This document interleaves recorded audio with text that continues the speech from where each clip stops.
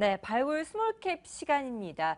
연일 코스닥에서는 상승 랠리를 이어갔었는데요. 어제 시장에서는 일단 한 템포 또 쉬어가는 모습이 나타났습니다. 하지만 다시 상승 재기하게 된다면 과연 어떤 종목에 포커스를 맞춰봐야 될까요? 스몰캡 유망주들 확인을 해보도록 하겠습니다.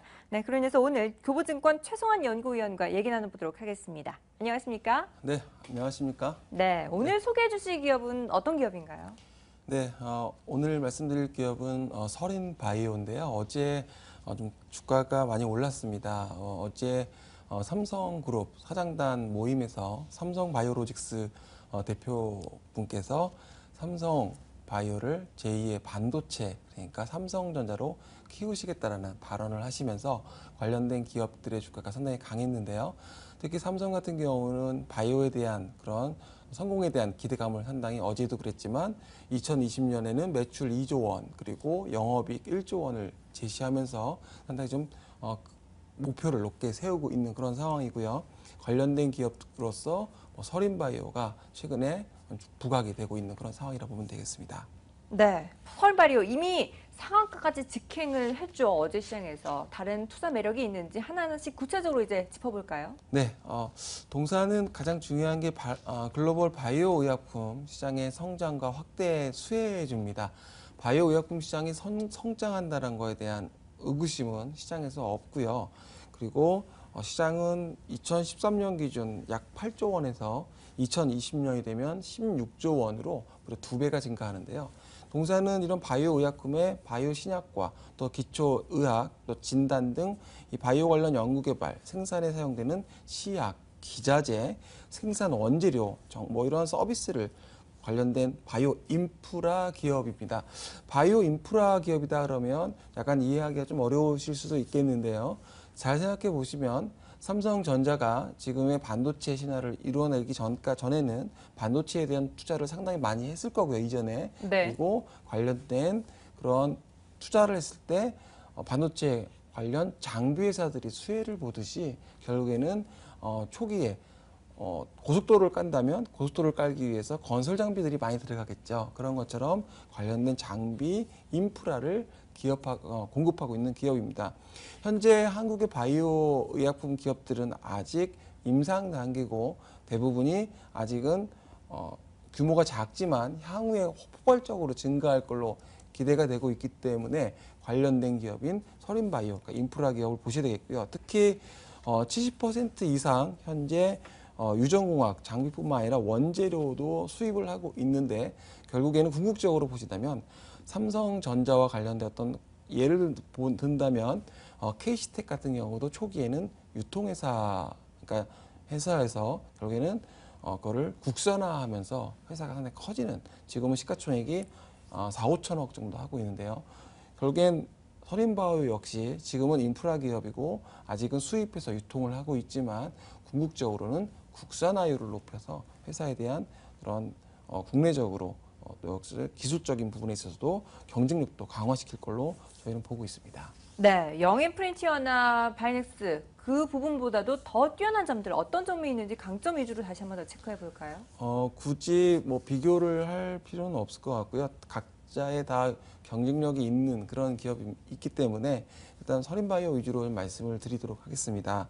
일단은 서린바이오는 앞서 잠깐 말씀드렸지만 인프라 기업이고 수입 대부분의 물량이 수입돼서 유통을 하고 있다고 말씀을 드렸는데 국산화하고 자체적인 제조회사로 바뀌고 있습니다. 지금 동탄 테크노밸리에 올해 말 빠르면 내년 초 정도 신규 공장을 착공할 예정이고요. 이 동탄 신공장은 바이오 인프라 전문 기업에서 헬스케어 R&D 제조 기업으로 변신하는 그런 이제 시작이라고 보시면 되겠고요.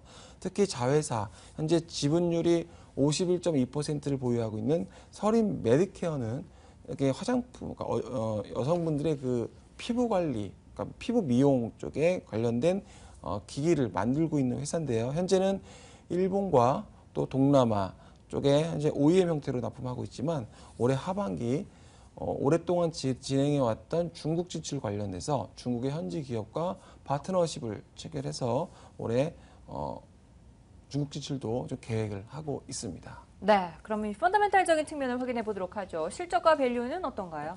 네, 이 회사는 PER이 지금 어제 많이 올라서 20배 정도까지 올라온 것 같고요.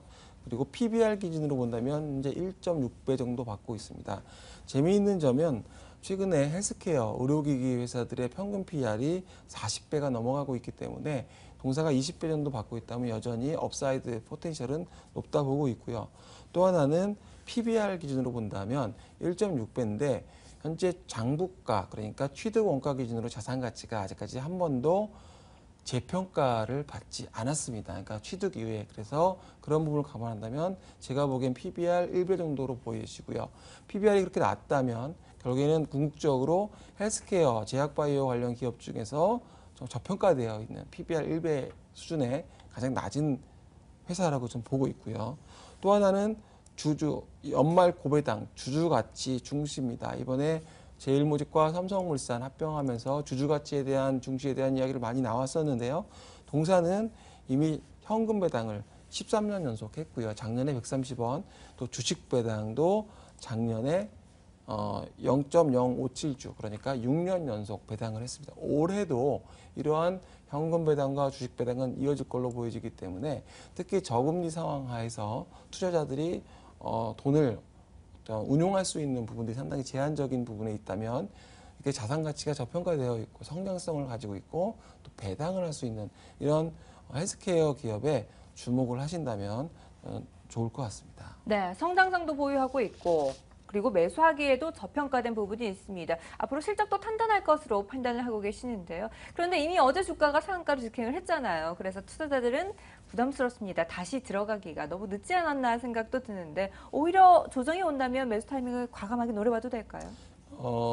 역시 주식이라는 거는 아시겠지만 뭐 보통 저가 매수, 뭐 고가 매도 이런 표현을 많이 쓰는데요. 네. 결국에는 그 부분은 그냥 단지 주가만 보고 말씀하시는 것 같고요.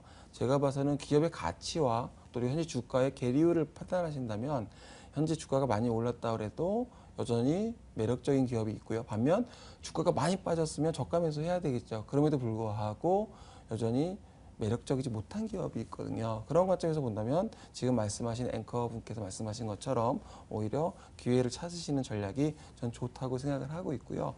궁극적으로 주식을 투자하실 때 물론 일주일 아니면 어떤 분은 하루에 수익률을 가지고 되게 민감하게 하실 수 있겠지만 궁극적으로 지나고 보면 뭐 1개월 아니면 6개월, 1년을 놓고 본다면 지나고 나서 보면 그때 그런 그 단기적인 흐름들이 하나의 큰 흐름 속에서는 잔파도 정도로 좀 보인다고 생각을 하거든요. 그래서 그런 제약바이오의 큰 흐름은 분명히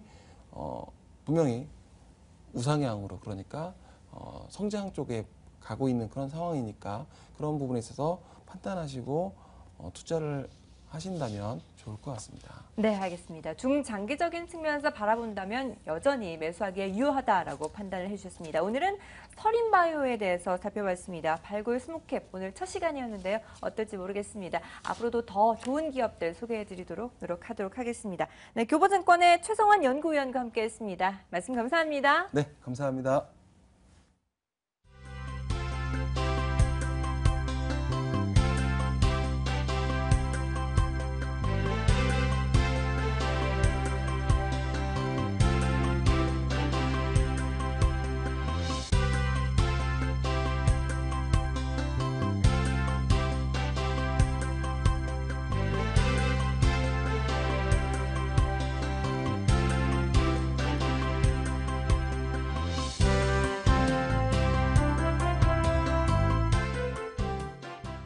네, 굿모닝 마켓워치 1부 마무리할 시간이 됐습니다. 어제 장 마감 이후에 신한지주가 실적을 발표했고요. 오늘은 오후 2시에 현대차가 실적 발표를 앞두고 있는 상황입니다. 자, 이제 줄줄이 본격적으로 대형주들 중심으로 실적 발표가 예정이 되어 있는데요. 미리 전망을 하면서 어떻게 또 전략을 세워봐야 될지 2부에서 더 집중적으로 확인을 해보도록 하겠습니다. 저는 잠시 후 2부에서 뵙죠.